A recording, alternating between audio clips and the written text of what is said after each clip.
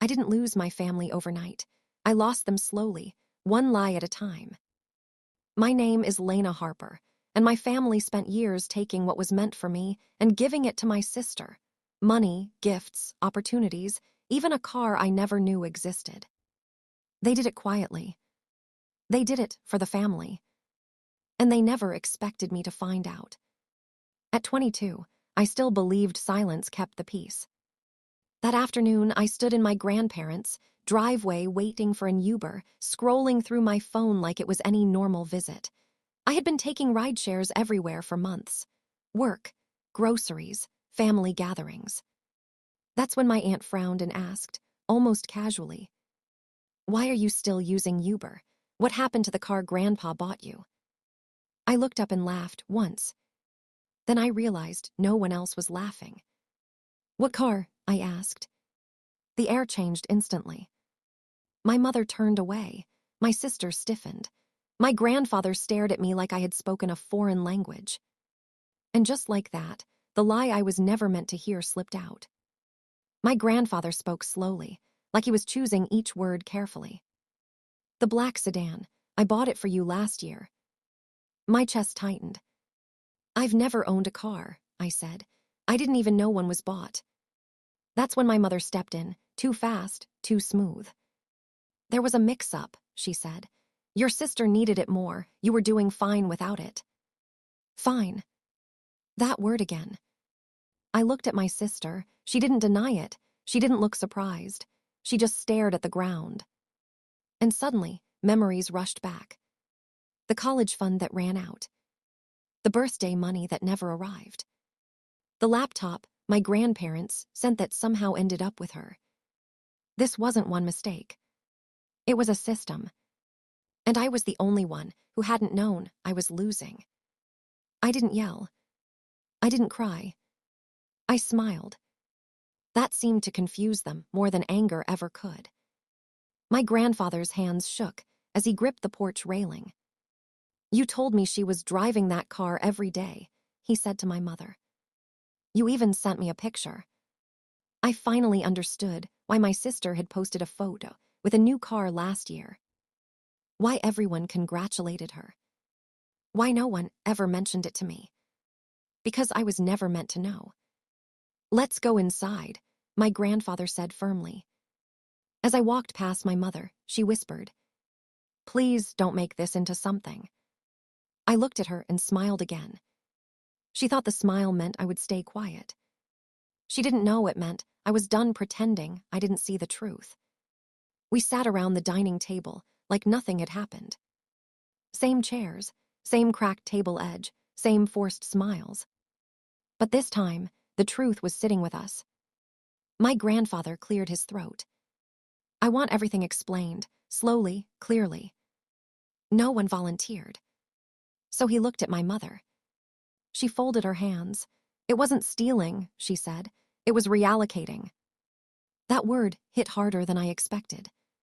She explained how my sister needed more support, how I was independent, how it made sense to redirect things meant for me because I never complained.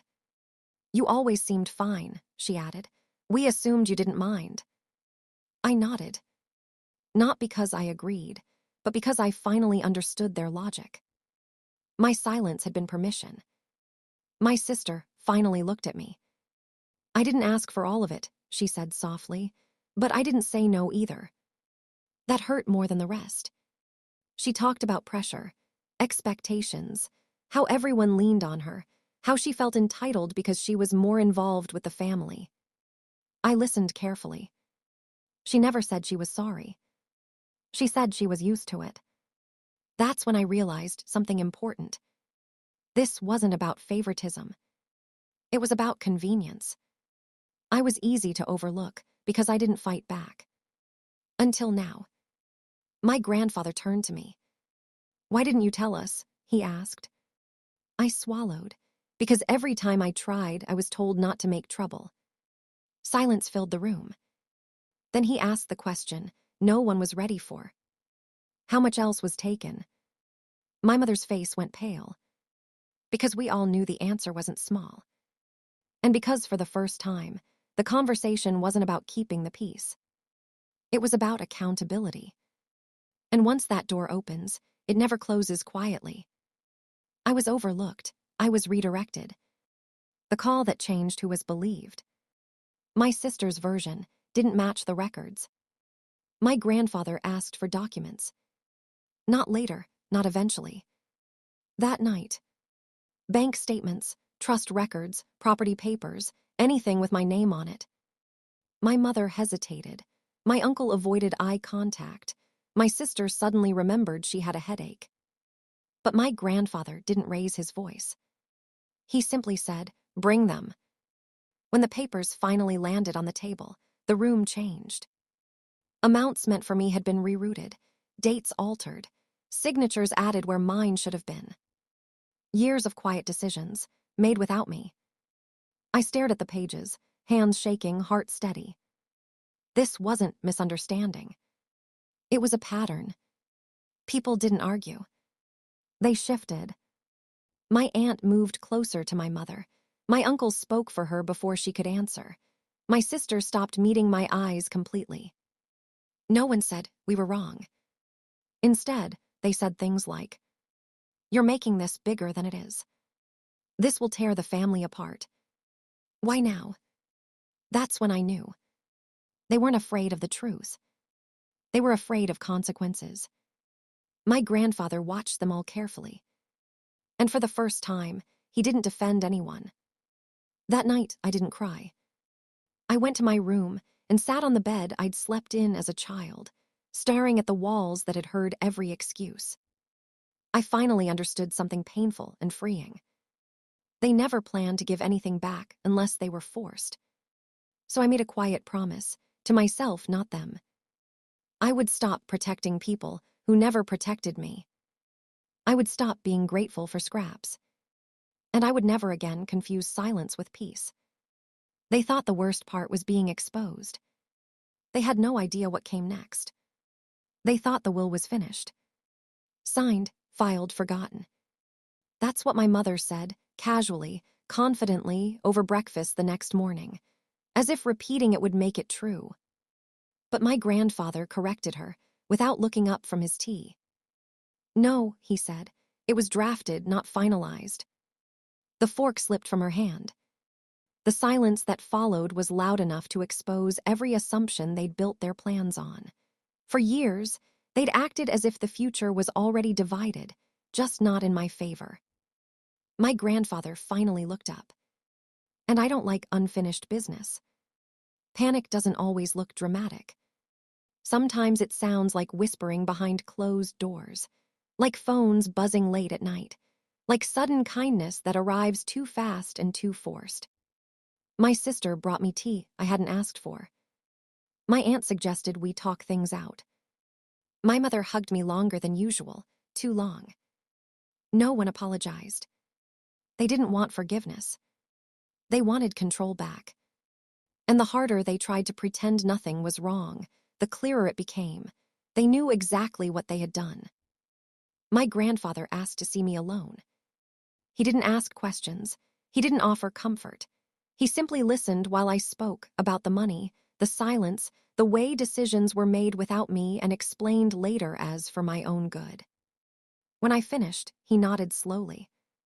"Truth is inconvenient," he said. "That's why people hide it." Then he added the sentence that changed everything. "The will reflect facts, not feelings." That was the moment I realized this was no longer about inheritance. It was about accountability. And my family had no idea how expensive that could be. They called it a family meeting. But no one came to listen. They came to defend, justify, and rewrite history in real time. My mother spoke first, soft voice, careful words. She talked about misunderstandings, about how things had just happened, about how no one meant to hurt me. My sister avoided my eyes completely. I said nothing. Because people reveal more when they're trying to convince themselves than when they're arguing with you. And what I heard was fear, thinly disguised as unity. They expected tears. They expected anger. They expected me to finally explode and give them something they could point to and say, see, she's unstable. I gave them nothing. I nodded, I listened, I thanked them for sharing their perspective. That unsettled them more than shouting ever could have. Because silence isn't weakness. Silence is observation. And I was learning exactly who they were when they thought they were winning. My grandfather broke the tension with a single sentence. If everything was fair, he asked calmly, why wasn't she included? No one answered. Not because they didn't have reasons, but because none of them sounded good out loud.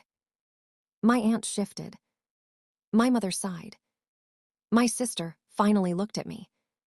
And in that moment, I understood something painful and freeing. They didn't exclude me by accident. They excluded me because they thought I would accept it. They were wrong. The sentence that ended years of gaslighting. They asked me to be understanding, again. The consequences they never prepared for. That night, I lay awake replaying every moment I'd ever been told to be patient. Every time I was asked to understand. Every time I was told, now isn't the right moment. Every time my needs were postponed for someone else's comfort. It finally clicked. The family system wasn't broken. It was working exactly as designed, just not for me. I wasn't meant to win. I was meant to endure quietly. And once I understood that, something inside me stopped hurting and started hardening. The next morning, my mother called. She spoke carefully, as if choosing the right tone might fix everything. She told me the family was worried, that people felt tension, that my silence was making things uncomfortable. I almost laughed. Because when I spoke, I was dramatic. When I stayed quiet, I was dangerous. I told her I was fine.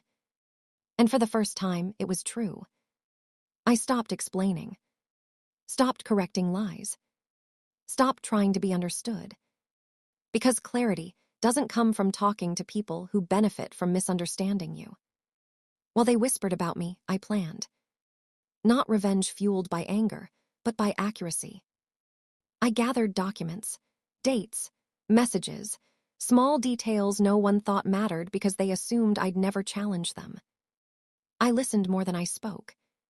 And slowly, I noticed something they hadn't realized yet. Their story only worked as long as I stayed silent. And silence, when chosen, is not surrender. It's strategy. I didn't rush. I answered messages politely. I showed up when necessary. I smiled when expected. Nothing alarms people faster than resistance. Nothing disarms them more than calm. They started believing I had accepted my place again, that I had moved on, that I was harmless. My sister joked the way she used to. My mother relaxed. My father stopped watching me so closely. Comfort makes people careless. And I needed them careless. It started small. A cousin asked a question that didn't fit their version of events. An aunt mentioned something that contradicted what my mother had said. Someone remembered a detail differently. I didn't correct anyone. I just let the inconsistencies sit in the room. Because lies don't collapse from confrontation. They collapse from comparison. And suddenly, people were comparing. For years, I had been the difficult one. The sensitive one. The one who took things the wrong way. But now, eyes lingered a little longer when my sister spoke. Silence followed my mother's explanations. My father cleared his throat more often than usual. I hadn't changed my tone. I hadn't raised my voice. I had only stopped carrying their narrative for them. And without me holding it up, it began to fall. The calls started coming late at night. Not apologies, adjustments.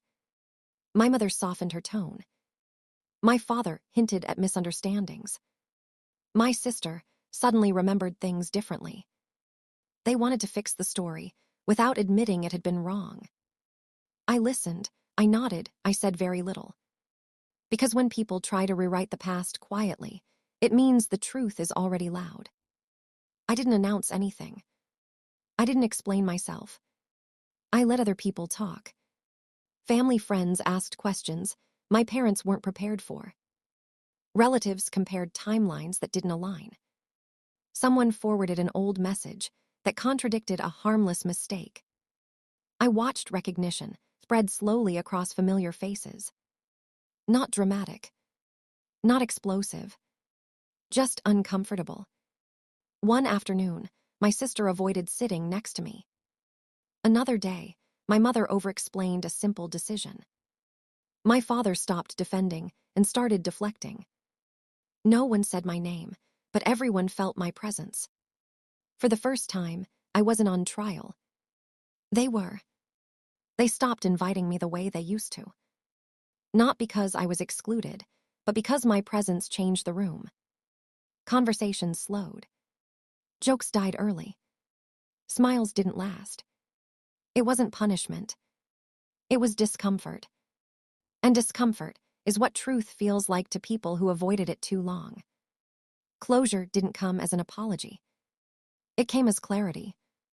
I saw them clearly, for who they were and who they weren't willing to be.